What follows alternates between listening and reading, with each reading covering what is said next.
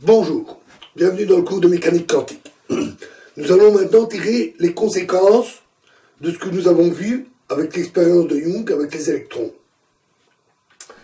Bon, il faut bien se dire d'abord une chose, on doit renoncer temporairement à tout comprendre. J'insiste sur le temporairement.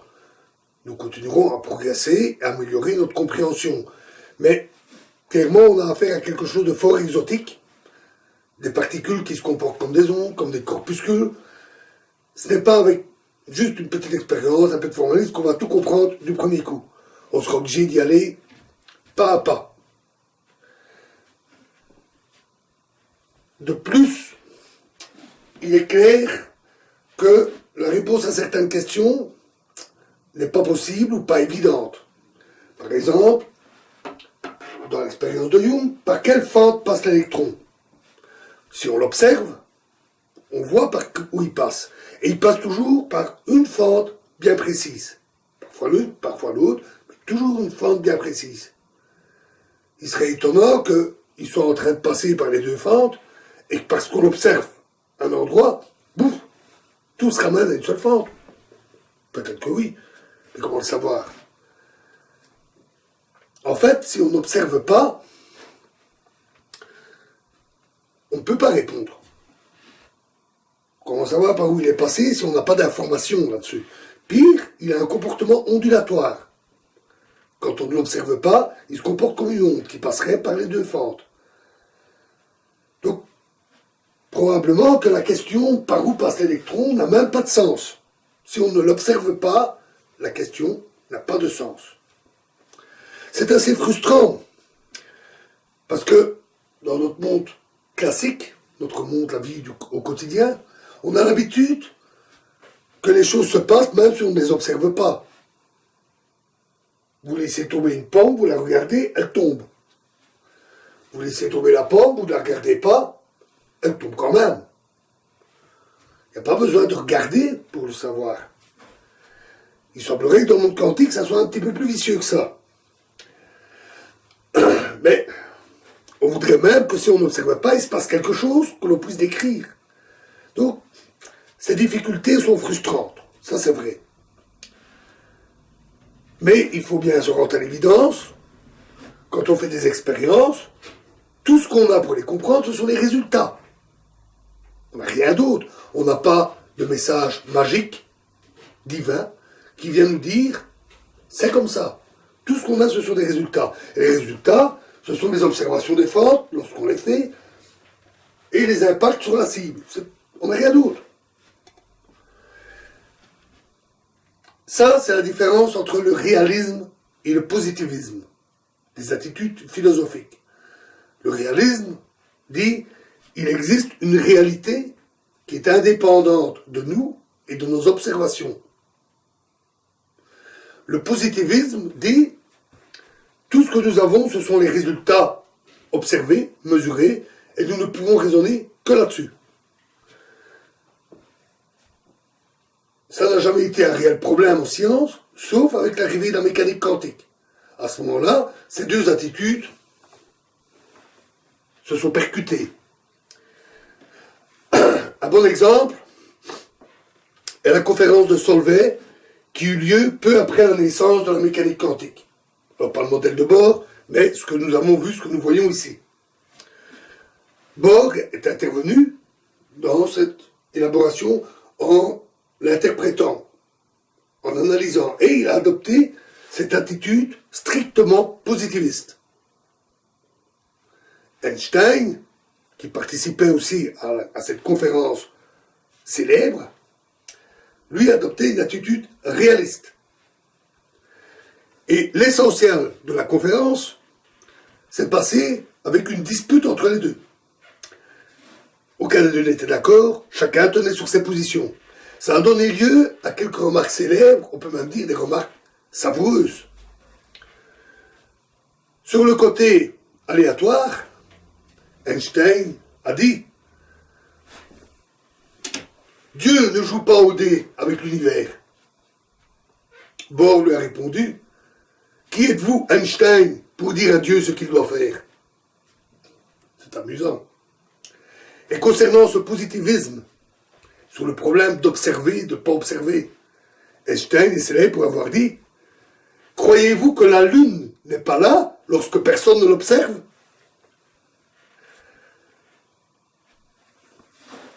Quelle que soit l'attitude que l'on prenne, quel que soit le point de vue, c'est difficile de démontrer qui a raison. Nous reviendrons sur ces questions plus tard. Pour le moment, nous avons notre expérience. Bon, faisons le résumé. On la considère comme une expérience idéale ou idéalisée, dans le sens où on la maîtrise parfaitement. Tout ce que nous avons dans l'expérience, tout ce que nous avons mesuré, nous le contrôlons. Si nous refaisons la même chose, nous obtenons la même chose. Il n'y a pas d'influence extérieure qui viendrait perturber nos résultats, d'influence inconnue. On fait cette hypothèse d'idéalité, de toute façon nous n'avons guère le choix. Alors, que constate-t-on? D'abord, les résultats sont aléatoires. Alors, qu'est-ce que j'entends par là? Rappelez-vous l'effet photoélectrique. Sur la cathode, la lumière arrive, une onde plane, et les électrons sont émis de ci, de là, sur la cathode. Un peu n'importe où. Pourquoi tel ou tel électron? Ça a l'air aléatoire. L'expérience de Young, les impacts des électrons sur la cible suivent une loi de répartition, mais chaque impact individuel est aléatoire. Parfois en haut, parfois en bas, parfois au milieu. Si on fait des mesures des impacts et qu'on fait un calcul statistique, on peut vérifier que la répartition des impacts au cours du temps, des électrons sur la cible, est aussi proche de l'aléatoire qu'on puisse l'imaginer. De plus, c'est plausible que ça soit aléatoire, puisqu'on envoie les électrons vers la cible, vers les fentes, toujours de la même manière. On peut être aussi précis qu'on veut dans la direction et la vitesse des électrons qu'on envoie. Les impacts ont tenu à être aléatoires. Donc prenons cet aléatoire au pied de la lettre, au moins pour le moment.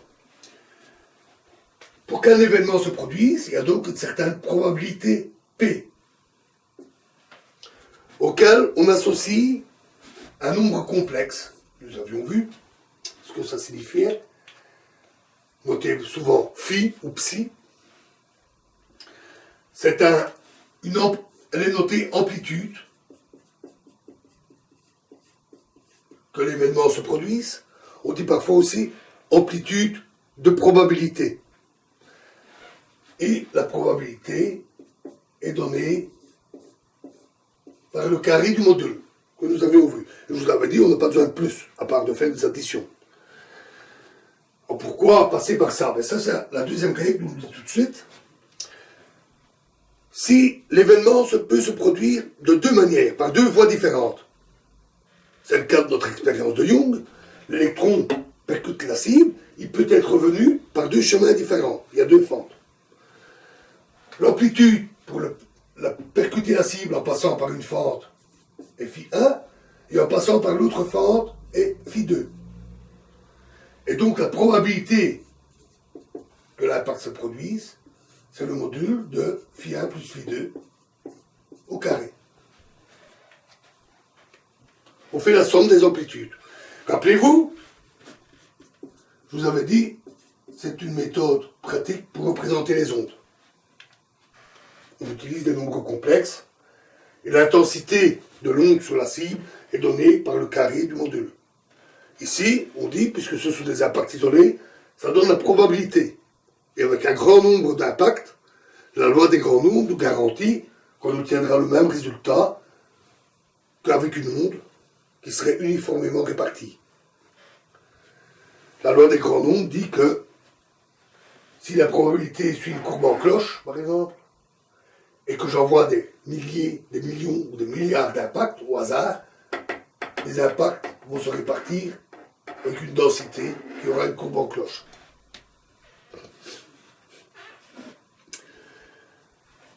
Ça découle simplement du fait qu'on a un comportement ondulatoire. on ne peut pas faire l'impasse dessus, il est observé. Les interférences sont caractéristiques des ondes et rien que des ondes. Donc, on adopte ce point de vue ondulatoire. Et troisièmement, là on sort du caractère ondulatoire, l'onde devient non classique.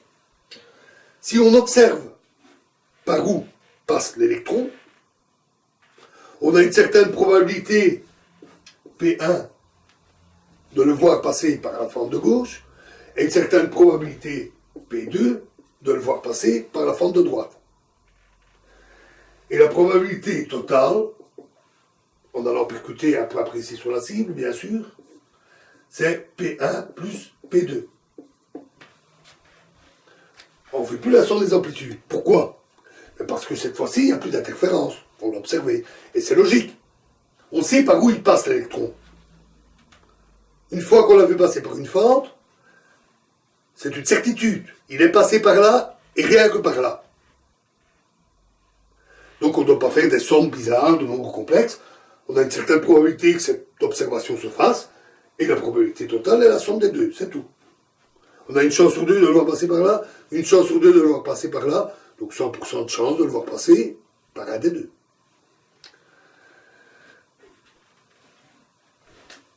Et c'est tout. Ce n'est pas la fin de la mécanique quantique, mais c'est ce que nous pouvons déduire de ce que nous avons vu. Revenons un peu sur ce caractère probabiliste. C'est important de faire un petit commentaire là-dessus. Donc, on considère qu'on ne peut mesurer que des probabilités, calculer des probabilités. Et on a des résultats aléatoires. Est-ce que ça voudrait dire que la physique a renoncé à prédire de manière exacte les phénomènes, de ne calculer que des probabilités? Eh bien, la réponse est oui. Oui. Depuis la naissance de la mécanique quantique, la physique a renoncé à donner des prédictions parfaites. Or, parfois, les probabilités sont proches de 100%. On peut avoir des situations où ça ne pose pas de problème. Vous vous rappelez la pomme que je laisse tomber, hein? Je ne vais pas dire, oh, elle va peut-être tomber au sol. Ben non, je sais bien qu'elle va tomber au sol. La physique n'abandonne pas ce qu'elle sait déjà faire. Les physiciens ne s'amusent pas à tout jouer à pile ou face. Les calculs peuvent être très précis, même avec des probabilités. Mais, au niveau fondamental, comme dans l'expérience de Lyon, même si on sait que les électrons vont se répartir en formant une courbe en cloche ou une figure d'interférence, pour chaque impact individuel, on renonce à dire cet électron va arriver là. Donc on ne peut pas le calculer. Pire que ça, on pense que c'est impossible d'être plus précis. On peut se tromper. La physique n'est jamais terminée. Et on pense, au moins actuellement, et depuis presque un siècle, que ce caractère aléatoire est fondamental. On y reviendra sur tout ça. On reviendra sur ces notions de réalisme, sur ces notions de déterminisme, et sur cette impossibilité ou pas à prévoir. Quelle en est l'origine profonde? Pourquoi est-ce comme ça? On reviendra sur tout ça. Mais la mécanique quantique nous met dans une situation très particulière. On a des comportements très exotiques qui ne correspondent à rien de ce que l'on connaît dans la vie au quotidien, où les choses sont des vagues ou des bouts de billard, mais jamais les deux à la fois. Donc on est obligé de mieux comprendre comment les phénomènes se produisent, apprendre à les décrire, à les analyser, et c'est seulement quand on maîtrise tout cela qu'on peut commencer vraiment à se poser des questions et se dire « et si ?» Et si ça se passait comme ça à un niveau fondamental? C'est différent de la physique classique, où les phénomènes décrits par la mécanique de Newton ou autres sont quand même des phénomènes dont nous avons l'habitude au quotidien. Et nous pouvons en discuter, même si on ne connaît pas les équations.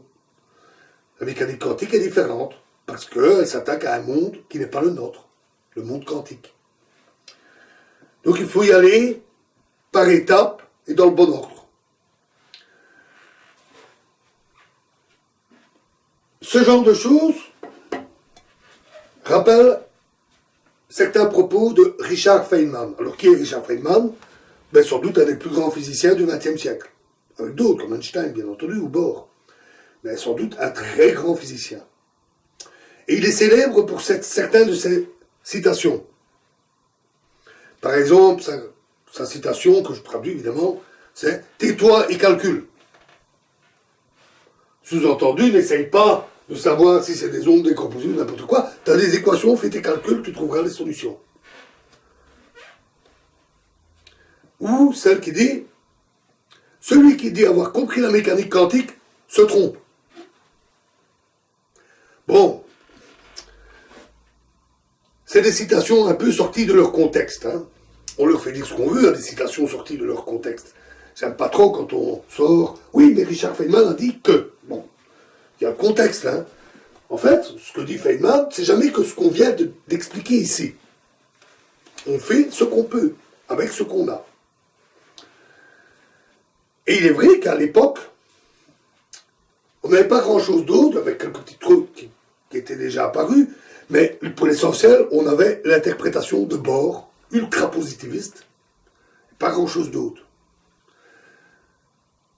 Donc il est normal que Feynman dise, n'essayez pas d'aller plus loin, faites avec ce qu'on a. Mais depuis Feynman, on a beaucoup progressé dans la compréhension de la mécanique quantique. Probablement qu'on ne comprend pas tout. Mais il y a eu de gros progrès. Il ne faut pas l'oublier. On sait parfois Feynman comme un génie. Si on a le malheur de le contredire, on vous dit « Oh, vous croyez plus malin que ce génie ?» Non, je ne suis pas plus malin que ce génie, pas plus que d'autres. Je suis plus vieux, ou plutôt plus jeune, c'est-à-dire que je suis dans le futur. Et depuis, d'autres scientifiques, d'autres personnes très intelligentes ont fait des progrès. Il faut en tenir compte. Et personnellement, j'estime que comprendre la mécanique quantique, on peut y arriver. Peut-être pas à 100%, comme je l'ai dit, il y a peut-être encore des choses un peu difficiles à comprendre, mais suffisamment pour se dire, ah ben oui. Mais, rappelez-vous, par étapes. Il faut d'abord prendre les bases, vous venez de les voir. Il faut maîtriser. Il faut comprendre les phénomènes, les applications. Il faut arriver, en somme, à l'époque de Feynman. C'est 3/4 de siècle de travaux. Hein. C'est beaucoup. Et puis, là, on peut commencer à se poser des questions et essayer de comprendre. Et c'est ce que nous ferons.